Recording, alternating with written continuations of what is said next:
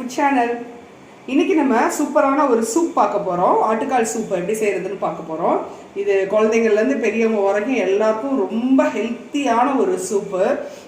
நம்மளோட கால்சியம் வந்து நல்லா போன் வந்து நல்லா வலுவாக இருக்கிறதுக்காகவும், மூட்டு வலி, கால் வலி, இடுப்பு வலி இல்லாமல் இருக்கிறதுக்காகவும் குழந்தைங்கள்லேருந்து பெரியவங்க வரைக்கும் எல்லாருமே இந்த சூப் குடிக்கலாம். ஸோ இப்போ நான் என்னோடய ஸ்டைலில் ஆட்டுக்கால் சூப் எப்படி செய்கிறதுன்னு உங்களுக்கு நான் சொல்லிக் கொடுக்குறேன். அதுக்கு நான் இப்போது இன்றைக்கி எனக்கு 2 கால் மட்டும் எடுத்திருக்கேன். ஒரு ஆடோட அந்த ரெண்டே கால் மட்டும் எங்கள் ஃபேமிலிக்கு போதும். ஸோ அதை எடுத்திருக்கேன். எனக்கு நல்லா நான் அதை ஆல்ரெடி ஷாப்லேயே க்ளீன் பண்ணி கொடுத்தது தான். ஆனாலும் நானும் நல்லா மஞ்சள் தூள் போட்டு நல்லா அதை கழுவி நான் அதை வச்சுருக்கேன். நான் இப்போது இது அந்த சூப் பண்ணுறதுக்கு நான் ஒரு பொடி ரெடி பண்ண போகிறேன். வாங்க எப்படி பண்ணலான்னு பார்க்கலாம். வியூவர்ஸ், நான் இப்போ அடுப்பில் வந்து கடாய் வச்சுருக்கேன். அதில் வந்து நான் வந்து இப்போ வந்து சும்மா ஒரு 1/2 டீஸ்பூன் வந்து நல்லெண்ணெய் யூஸ் பண்ணுறேன். நான் ஃபுல்லாகவே வந்து நல்லெண்ணெயில் செக்கு எண்ணெயில் தான் வந்து இந்த சூப் நான் செய்ய போகிறேன். 1/2 டீஸ்பூன் வந்து நல்லெண்ணெய் விட்டுருக்கேன். அதில் வந்து 1 டேபிள் ஸ்பூன் வந்து ஜீரகம், 1 டேபிள் ஸ்பூன் ஜீரகம், 1 பிரிஞ்சி இலை, ஓகே, பாதி அன்னாச்சி பூ, 2 கிராம்பு, ஒரு 2 பட்டை, தென் 1 டேபிள் ஸ்பூன் வந்து சோம்பு போட்டிருக்கேன். 1 டேபிள் ஸ்பூன் வந்து மிளகு, 1 டேபிள் ஸ்பூன் மிளகு, சரியா? 2 டேபிள் ஸ்பூன் வந்து ஜீரகம், 1 டேபிள் ஸ்பூன் சோம்பு, 1 டேபிள் ஸ்பூன் மிளகு, 1 பிரிஞ்சி இலை, பாதி அன்னாச்சி பூ, 2 பட்டை, ஏலக்காய் இன்னைக்கு போடலை, வேணா போட்டுக்கலாம், 2 கிராம்பு, சரியா? இதை வந்து நான் லேசாக வறுத்துடுறேன். லேசாக வறுத்தா போதும். நம்ம லாஸ்ட்டாக சூப்பு குடிக்கிறப்ப வந்து மிளகுத்தூள் வந்து பவுடராக போட்டுக்கலாம். பட் ஆனால் இது வந்து இப்போ வந்து நான் அரைக்க போகிறேன். ஓகே, லேசாக வறுத்துட்டேன். இப்போ இது கூட என்ன பண்ணுறேன் அப்படின்னா, நான் இன்றைக்கி காரத்துக்கு 2 பச்சை மிளகாய் எடுத்திருக்கேன். 4 பேருக்கு நான் இப்போ சூப் செய்கிறேன். ஸோ 2 பச்சை மிளகாய், ஒரு 6-7 சின்ன வெங்காயம் முழுசாக எடுத்திருக்கேன். ஒரு பெரிய தக்காளி ஃபைனாக சாப் பண்ணால் ஒரு பெரிய தக்காளி. இதையும் நான் இதோடு அப்படியே வதக்க போகிறேன்.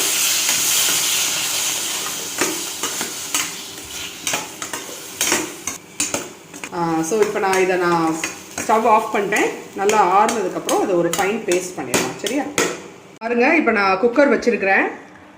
அதில் வந்து இப்போ வந்து நான் வந்து 2 டேபிள் ஸ்பூன் வந்து நல்லெண்ணெய் ஊற்றுறேன்.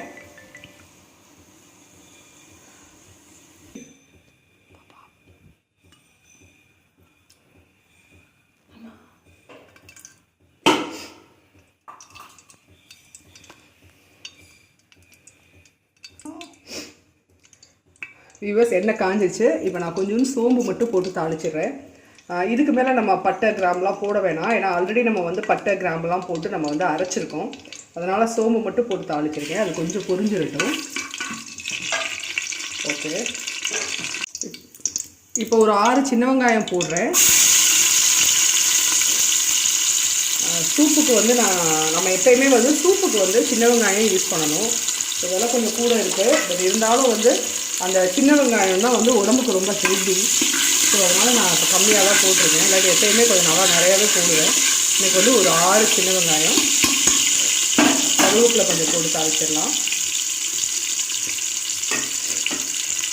சின்ன வெங்காயம் போட்டதுக்கப்புறம் கருவேப்பிலை போடுங்க, இல்லாட்டி எண்ணெயில் படப்படப்படான்னு வெடிச்சிடும். அதனால் நான் வந்து சின்ன வெங்காயம் போட்டு அப்புறம் வந்து கருவேப்பிலை போடுவேன். இப்போது 1/2 டேபிள் ஸ்பூன் இஞ்சி பூண்டு பேஸ்ட்,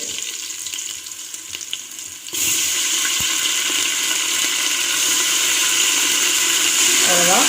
இப்போ லேசாக அதை வந்து வதக்கி விட்டுட்டு இப்போ நம்ம அந்த காலை போட்டுடலாம்.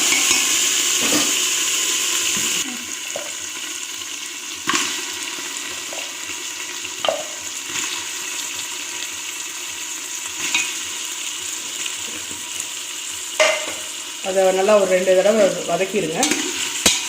சிம்லேயே வச்சுட்டே ஆன்லேயே வச்சுட்டே வதக்குங்க. இதில் கொஞ்சம் மஞ்சத்தூள், 1/4 டீஸ்பூன் மஞ்சத்தூள் போட்டுக்கோங்க.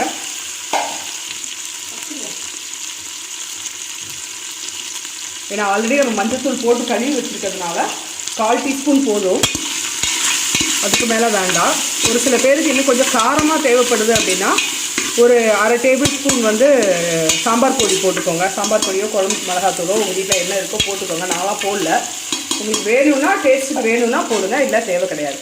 இப்போ இந்த டைமில் வந்து நம்ம அரைச்சி வச்சுருக்க அந்த பேஸ்ட்டை வந்து இதில் ஆட் பண்ணிடலாம்.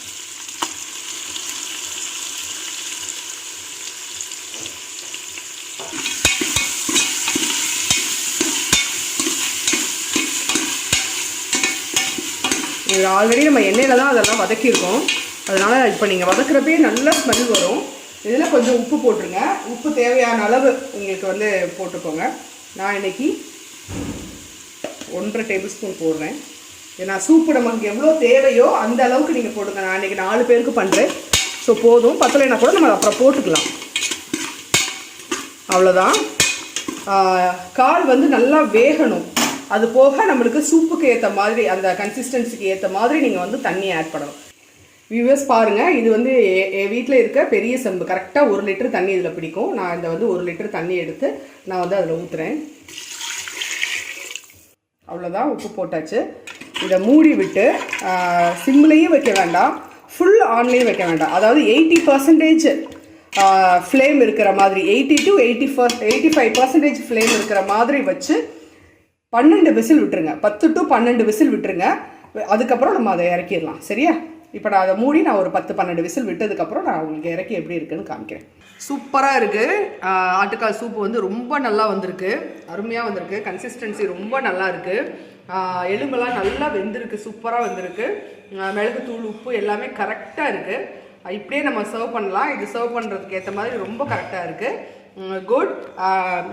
ஆடியன்ஸ், வியூவர்ஸ், இதே மாதிரி மெத்தடில் நீங்கள் செஞ்சு பார்த்துட்டு டேஸ்ட் பண்ணிவிட்டு உங்களோட கமெண்ட்ஸை எனக்கு ஷேர் பண்ணுங்கள். மறக்காமல் சேனலை சப்ஸ்கிரைப் பண்ணுங்கள். நெக்ஸ்ட் வீடியோவில் வேறு ஒரு சூப்பரான ஒரு ரெசிபியில் உங்களை நான் சந்திக்கிறேன். அது வரைக்கும் உங்களிடமிருந்து விடைபெறுவது உங்கள் தீன்ஸ் விசே ஃபுட் சேனல். தேங்க்யூ.